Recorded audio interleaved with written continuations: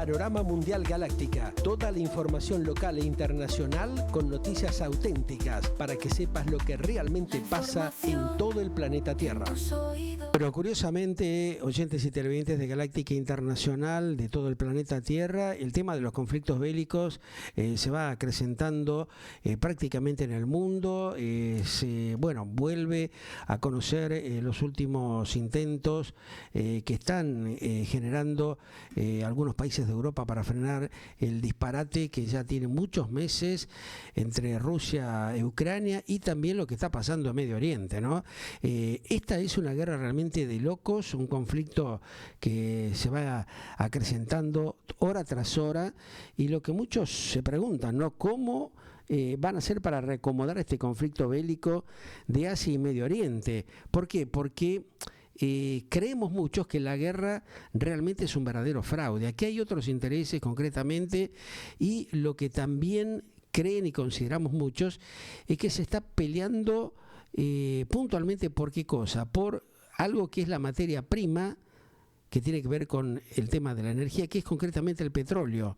Se está peleando por eso, por el petróleo, no por la democracia, no por los sistemas democráticos. Y eso es lo más patético, porque en ese contexto los que más sufren y padecen son los civiles.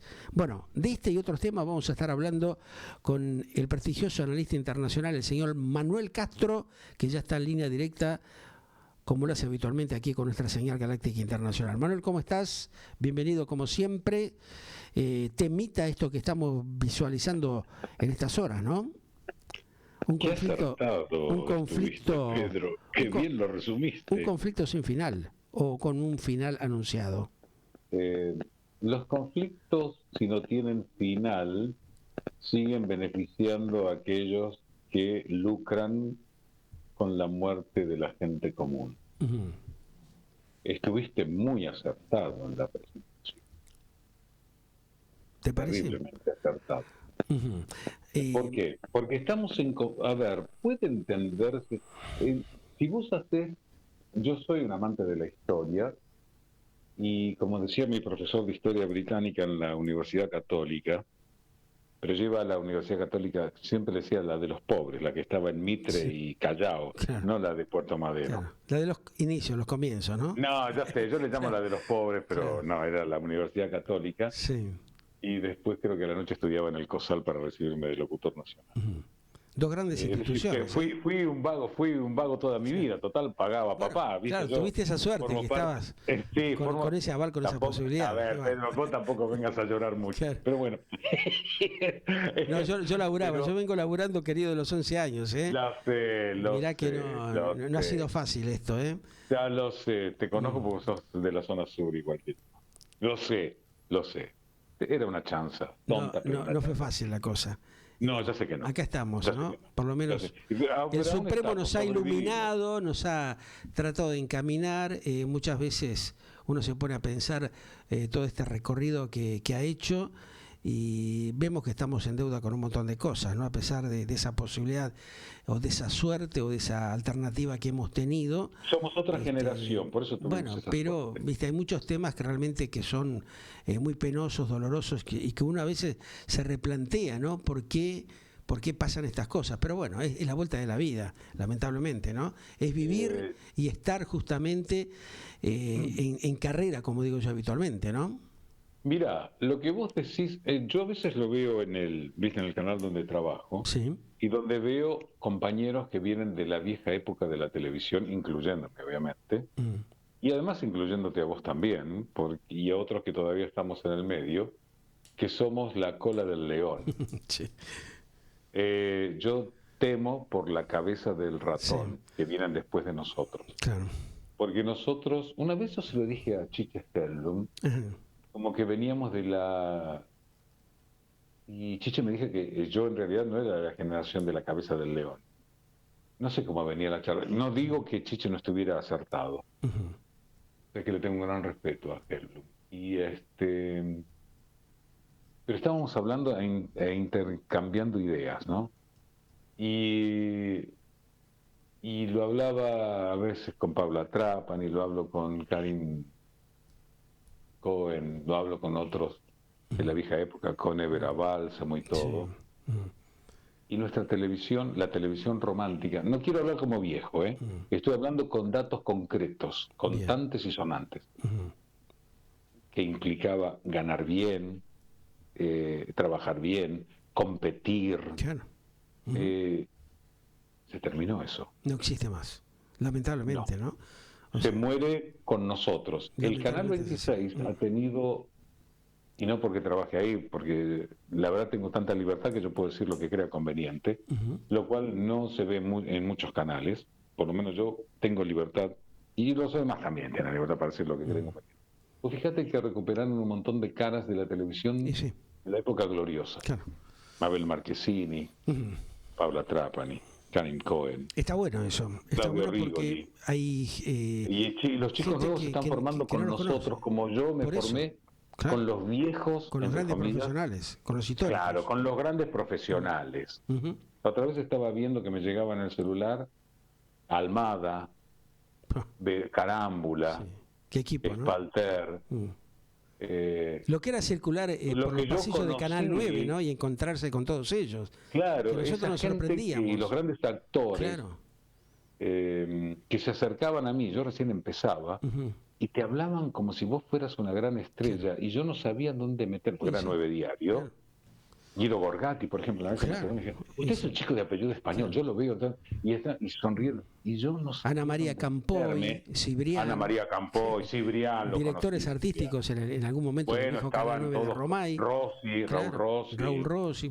La verdad que cruzarse con Daniel Mendoza o con Mariano Grondona, o sea, periodistas realmente que... Yo creo con Grondona me cruzaba en Radio El Mundo, en la Radio El Mundo de Marín. Y sí, la época de Marín, claro. De porque Jorge Formento hacía el pase entre Minguito, Riverito, Julio Ernesto Vila, Muney y otros, y después entraba Mariano Grondona, y a veces lo iba a reemplazar yo, porque en esa época teníamos casi la misma manera de hablar y el mismo tono de voz, y nos habíamos recibido en el COSAL los dos. Solo que yo, como me anoté, pero después me fui a vivir a España, tardé como un año en volver. Todos me nombraban, pero yo nunca estaba. Por eso ellos se recibieron. Yo me tendría que haber recibido con él, pero yo me recibí un año después. Mira. Y estaba Grondona, nos fogueamos con la vieja guardia, de la vieja guardia de la televisión y de la radio, donde vos... Y eso no implicaba solamente la gente que salía al aire. Los técnicos, los operadores, también eran la vieja guardia. ¿Qué te parece? El camarógrafo era la vieja guardia. Totalmente. Mateico, estaba con él, tocado a gaita hasta en el programa de Matei, en El Mundo. Y era la vieja guardia. ¿Entendés? Sí, eran profesionales que tenían realmente y vos una fuerza, aprendías, pero que se te acercaran esos, que te decían que vos los veías de chico y de joven, porque cuando vos los veías de chico ellos eran jóvenes, y cuando vos eras jóvenes ellos ya eran de mediana edad, y cuando vos estás a trabajar ellos ya estaban consumados. Bien curtidos. Que te dijeran que ellos te veían porque te consideraban, y yo no sabía cómo tratarlos, porque a veces por ahí podía pasar por maleducado, porque no sabía qué contestarles. Sí, son vivencias muy lindas que uno tiene presente realmente de esa etapa, pero bueno, ¿qué va a hacer? Está bueno recordarlo, pero a ver, vamos al tema que nos preocupa hoy, ¿no? Esto que está pasando. No, yo estoy haciendo casi con esto, cuando digo una alabanza a la vieja radio y a la vieja televisión argentina. Que se ha perdido, lamentablemente. Que tenían una forma de vestir, una forma de hablar, no se hablaba mal. Claro, había digamos, códigos. Digamos, otros códigos, y realmente había profesionales. Y podía ser duro diciendo las cosas, sin decir palabrotas. Yo a veces con vos me escapo porque se me va la mano. Bueno, pero... es decir, yo en esa época no podría. Claro. Vos sabés que cuando yo empecé a mira lo que me haces acordar, perdón que te esté tirando esto. Cuando empecé en radio, Radio Splendid, Aníbal Cufré, que era el jefe de locutores de Splendid, y los tenía cortito a todos, Aníbal, un personaje que falleció de cólera, cómo nos levantaba en peso, en Los Ángeles, cuando falleció, que algo comió en el avión o algo así, y iba a ver a su hija en Los Ángeles, y falleció ahí de cólera. Sí, y vos sabés, me dijo una vez, me acuerdo, me dijo, sos bueno, pibe, qué lástima. Naciste tarde a la radio. Oh, qué bárbaro. Todavía yo agarré la vieja etapa. Después, afortunadamente, creo que se equivocó, porque después trabajé mucho en Splendid, FM, Sí. AM, Excelsior, Claro, él estaba en la red grupo, hoy en la red, día, claro. en Dulce Transilvania y otros programas, un programa que siempre he amado, que era Dulce Transilvania. Ahí pensé a contar cuentos celtas y música celta, porque hacíamos de vampiros, ¿no? Dulce Transilvania era vampiros, y le contábamos un cuento al vampirito que tenía 700 años para que se durmiera, y yo tomaba los cuentos de la tradición celta, ¿no? Sí. Ahí yo mira, me acordé, mientras vos me estás contando esto, se me cruzó. ¿Estás llorando? No, no lloro, me acuerdo de cosas. Mientras vos vas hablando, digo que Radio Excelsior, me acuerdo de Radio Espléndido, por ejemplo. Cufré me levantaba en peso por la pronunciación, me exigía. ¿Te levantaba en peso? Me recagaba pedo. Yo hacía música joven y Discomanía 2000 en Radio Espléndida, a la noche, de 22 en adelante, me acuerdo, los fines de semana. Agarraba y llamaba por teléfono a la radio para decirle, dígale a este muchacho, le decía al operador, dígale a este muchacho que esto se debe decir de tal manera. Me recagaba pedo, me acuerdo. Hacía bien. ¿Vos sabés quién era el vicejefe de locutores? A ver. Víctor Arriaga, el doctor Pueyrredón Arenales. Claro, Pueyrredón Arenales. Genial. Maestros, Maestro. Ey, ¿Cómo aprendimos? Ahí conocí a Tita Merelo y todo. Claro. Volvía recién. Venía a hablar del Papa Nicolau, la Tita Merelo, ¿no? Recién llegaba de Estados Unidos. Mirá. Y ahí lo conocí, estuvimos hablando. En la entrada misma donde se fichaba con tarjeta. Sí. Vamos a tener que hacer un día la historia de la radio, la historia verdadera, porque la verdad que...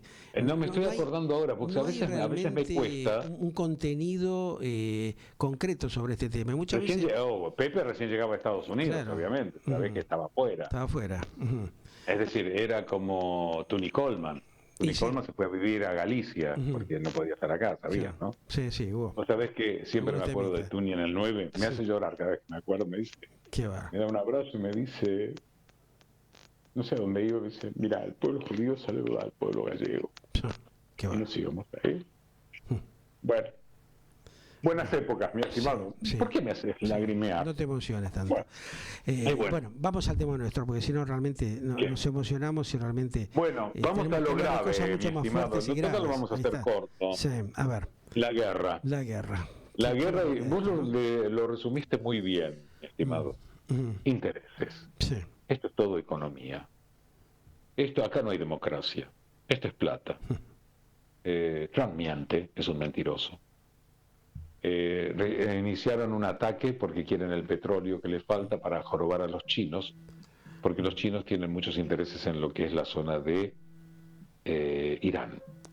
Y hablan de democracia, hablan de mujeres, y dicen que defienden a los árabes y a las monarquías del Golfo, donde las mujeres no pueden estudiar ni siquiera conducir automóviles. Y si vos llevas una Biblia, siendo cristiano, vas preso, porque no podés tener otra cosa que no sea el Corán. Y además los chiitas, que son los iraníes, están enfrentados con los sunitas en esa interna casi que me asemeja al enfrentamiento que podían tener católicos con protestantes o lo que fuera en otra época que ya es de modé. Yo creo que a Dios no le hubiera gustado.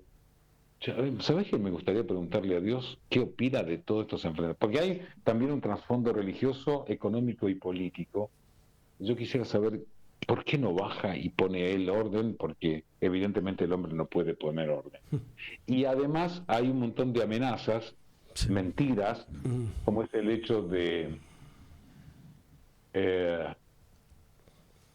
decir, bueno, pues estamos negociando, pero en definitiva le está enviando soldados y los iraníes los están esperando, y esto va a ser... Los iraníes, por ejemplo, no quieren negociar como negociaron la otra vez. Y se lo dijeron. Yo lo adelanté mucho en el canal y siempre lo recuerdo. Y los iraníes dijeron, la próxima vez que hagas eso no va a ser como la guerra de los 12 días. Claro, igual ellos dicen que no quieren llegar a ningún tipo de acuerdo en estas condiciones, ¿no? Lo volvieron a repetir hace un par de Lo que sucede es que los 15 puntos que le plantea Trump son, si yo fuera iraní no los aceptaría. Si yo fuera Trump, se los presentaría, obviamente. Depende de qué lado estés. Exactamente. Pero evidentemente yo te quiero decir algo. Se sigue insistiendo con el tema nuclear. Los iraníes no tienen nada nuclear. Lo dijo Grossi, lo dijeron las personas cercanas a Trump, le dijeron no cometa ese error. Hay un edicto religioso, de ellos no pueden tener armas nucleares por ese edicto religioso. Los misiles los van a seguir teniendo porque cada país puede tener lo que quiera, no es como un país. A ver, Pedro, vos que sos inteligente, ¿te imaginarías a un país que comprara, por ejemplo, aviones viejos que te los regalarían por €1? Sí. No existiría ningún país que comprara aviones. No, sí, existe la Argentina, por ejemplo, existen países. No quiero hablar más con vos. Pero bueno, lamentablemente... Vos sos un tipo negativo. No, sí, bueno, claro, que para muchos debe ser así, pero para otros, si son un poco inteligentes, me parece que también se debe estar sonriendo, ¿no? Hay algunos de izquierda que dicen que los que decimos que no somos ni de izquierda ni de derecha es porque no somos cobardes, por no decir que somos de derecha. Claro. Y no es así. Hay HDP de izquierda y hay HDP de derecha. De los dos lados. Y hay traidores en cualquier lado. Exactamente. Y el grave problema es el vendepatria. Entonces vos cuando ves ¿Cómo? Que es uno de los más peligrosos, evidentemente, ¿no? Totalmente. Entonces vos tenés este tema de la guerra que vos lo resumiste muy bien en la presentación, casi ni siquiera tendría que seguir hablando yo, porque lo hiciste perfecto, como es el hecho de la guerra. Y dijiste, la guerra es un fraude. Sí. ¿Vos sabés que ese es el título de un libro que escribió el militar más condecorado en la historia de los Estados Unidos, que murió a los 58 años de cáncer?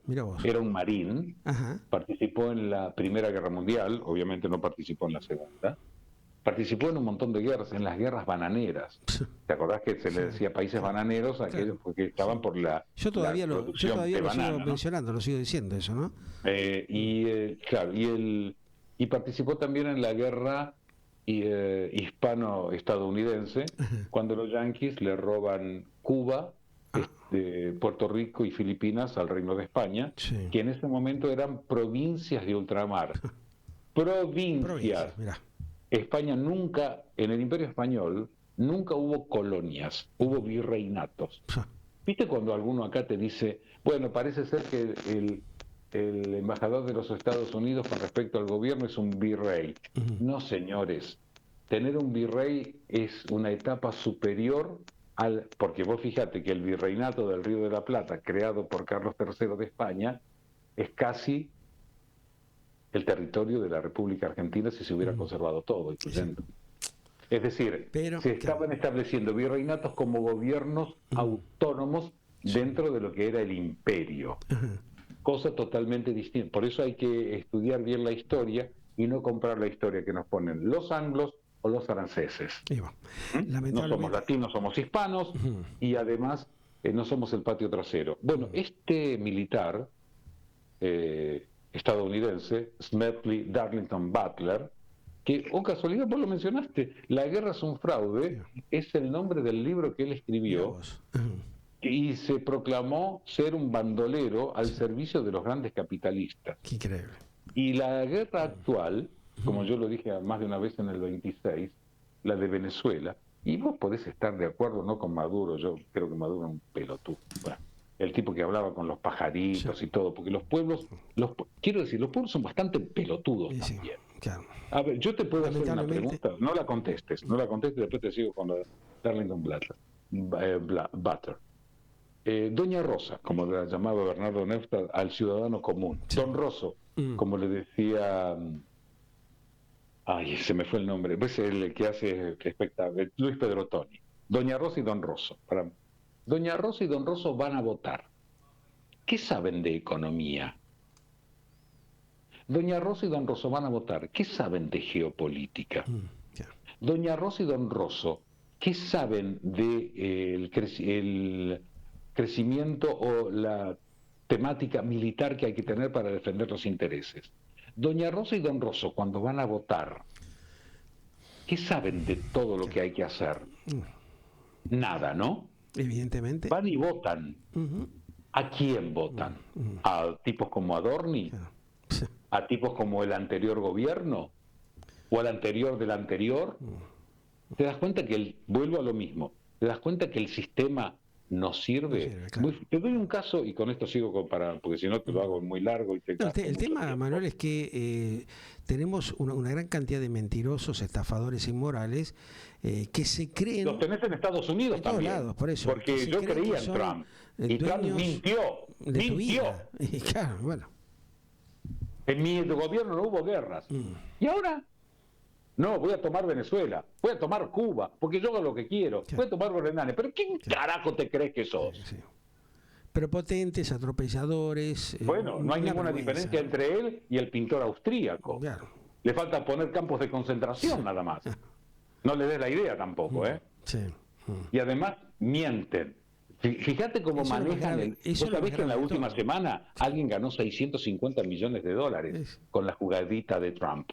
¿Sabías, no? Sí, sí. Entre que voy a atacar, todo, después no voy a hacer, bajó el precio del petróleo, alguien compró la diferencia, y después vendió. Exacto. 650 millones. Se la llevó en 24 horas. No me digas, trabajó con información privilegiada. Ahora, él quiere la guerra y está mandando como no sé cuántos marines. Pero ¿sabes cuántos se están volviendo ya en ataúdes, no? Sí, unos cuantos, lamentablemente. No, porque no se habla eso. Bueno, y con respecto a este Darlington Butler, porque yo recomiendo que lo busquen, los que nos están oyendo, que no es un dato menor, de este militar, y dice que la guerra es un fraude. Y dice, ¿cómo se desbarata este fraude? Te leo 4 renglones nada más. A ver. Unos pocos sacan tajada y unos muchos pagan el pato. Pero hay una manera de detenerlo. No se puede parar mediante las conferencias de desarme. No se puede eliminar con los parlamentos de paz en Ginebra. Los grupos bien intencionados, pero poco efectivos, no pueden eliminarlo a golpe de resoluciones. La única manera real de terminar con ello es que la guerra deje de proporcionar beneficios. Ahí está. Clarísimo, ¿no? ¿Quedó claro? Pero clarísimo. Esto es un poco lo que muchas veces hablamos de tener conciencia y la conciencia ciudadana, ¿no? ¿Cómo la podemos ejercer en ese caso? Habría que preguntarse, ¿no? Sí, lo dijo Gandhi en algún momento. Hay una palabra que hace al hombre libre y esa palabra es no. Ahora en Croacia pusieron el servicio militar. La gente tiene que decirle, anda vos y que te parió. Claro. Como le dicen algunos, ¿querés guerra? Trump, ¿por qué no mandás a Barron, tu hijo, al frente? Exacto. Anda vos al frente. Vos sabés que hay muchos militares que no quieren ir ahora. Viste que Abraham Lincoln le pegaron 4 cohetazos. El Gerald Ford está en Creta porque hubo incendios raros, el tema de la defecación se taponó. ¿Entendés? Estás hablando del portaaviones más caro del mundo. Está en Creta porque no pueden hacer nada. La gente muere en Israel, en Irán, en el Líbano, por todos lados, en Ucrania, en Rusia, los civiles, en África. Claro. ¿Y quiénes ganan plata? Siempre la misma mierda de gente que lucra con esto. Y mirá que yo vestí uniforme y orgullosamente vestí uniforme. Soy tirador, manejo armas. No estoy, pero una cosa, muchachos, es muy distinta. Que vos tengas códigos, porque acá no hay ningún código. Se perdieron totalmente. No, olvídate. Qué penoso es esto, Manuel. Pero bueno, la culpa es nuestra, hermano. Claro, ya te lo hemos hablado más de una ocasión. La culpa no es del chancho, sino del que le da de comer. Fíjate, claro, el refrán mira, ahí. Apareció este impresentable de Adorni. Mirá que yo no me dedico nada a la política nacional. Que dice, y vi algunos comentarios dice ser gente. periodista. Es terrible. Dice ser periodista, terrible, trabajó con Babi Chicopar, con un montón de muchachos. Pero la gente dice, qué terrible. Macho, andá y rompele la cara. Una locura, ¿no? Pero también le apareció en otro departamento, no sé qué va a decir en las próximas horas. Sí, es como la aloe vera, ¿viste? Claro, siempre tiene una propiedad nueva. Cada hora que pasa le va a aparecer. Eso lo tenían nosotros también. Y sí, todos hicieron la misma, lo que yo dije en varios editoriales que vengo haciendo, ¿qué es lo que pasa con el tema de la caja tremenda que maneja la Secretaría de Medios de Comunicación de la Argenlandia, que es un verdadero disparate, una caja recontra multimillonaria, que todos los gobiernos se aprovecharon y utilizaron de ella para comprar a los pseudocomunicadores charlatanes berreta que tenemos, ¿no? A los ensobrados, que ellos dicen que bueno, que no había guita. Lo dijeron cuando iniciaron el gobierno, y tenemos pero fortunas y fortunas de ensobrados en la Argenlandia cuando los jubilados se cagan de hambre, que no pueden comprar los medicamentos. Entonces, muchachos, empiecen a hacer las cosas como corresponde, basta de mentir, basta de engañarnos, de bicicletearnos, porque ya esta historia ya la conocemos, hace 50 años que vienen haciendo lo mismo. Mira, la única esperanza que hubo cuando... Yo también, bueno, cuando volví al país y después de estudiar en el COSAL y todo, que era la transformación, la vuelta de la democracia con Alfonsín. Sí, bueno. Que vos sabés, vos conocés mi caso, tengo hasta fotos con Alfonsín. Después de ahí nunca más. En el Rivadumia, ahí cerca de Recoleta, cuando estaba el Rivadumia, ahí en el Recoleta, un centro gallego. Se recupera la democracia, se hace un planteo para claro, el tipo hizo un montón de cosas, pero el tipo tenés un montón de gente. A ver, que hizo todo lo contrario. Repetir lo que ¿Cómo? Perdón. Que hizo todo lo contrario. Muchos de los que lo acompañaron al propio Alfonsín después se dieron vuelta porque los camaleones, los hipócritas ya también lo hemos venido viendo. Porque tenemos en todos un estos sistema. años, ¿no? Mira, yo te voy a esto. Mira, yo sigo diciendo, después de haber vivido un tiempito, no mucho, en Suiza, con parte de mi familia, y lo que me decía una de mis tías, siempre lo digo, a ver si cala de una puta vez. Aquí en Suiza se vota hasta para ir al baño. Claro. Viste que toda la gente dice, es lo que corresponde. Yo cuando voy en colectivo, ¿vos sabés lo que me rompe los huevos? Que la gente suba con un celular y pague con el celular. Claro. Ya me molesta pagar con la tarjeta. ¿Por qué? Ahí ya te están condicionando. El dinero electrónico es el paso previo a la esclavitud. Así es. En Suiza se acaba de votar, los suizos acaban de votar diciendo dinero electrónico, no, efectivo. Claro. Vos fijate la hipocresía que hay, Manu, y con esto cerramos, porque se nos va el tiempo, ¿no? Vos fijate cómo están creciendo el tema de las distintas tarjetas de crédito, que está todo con el tema de las promociones, para cada vez enjaular más a la sociedad. La gente no puede pagar. Sí, me están diciendo que Ualá tiene problemas también. Muchos tienen problemas, pero directamente los mejores descuentos te los dan si vos utilizás esa tarjeta. O sea, acá hay un curro tremendo.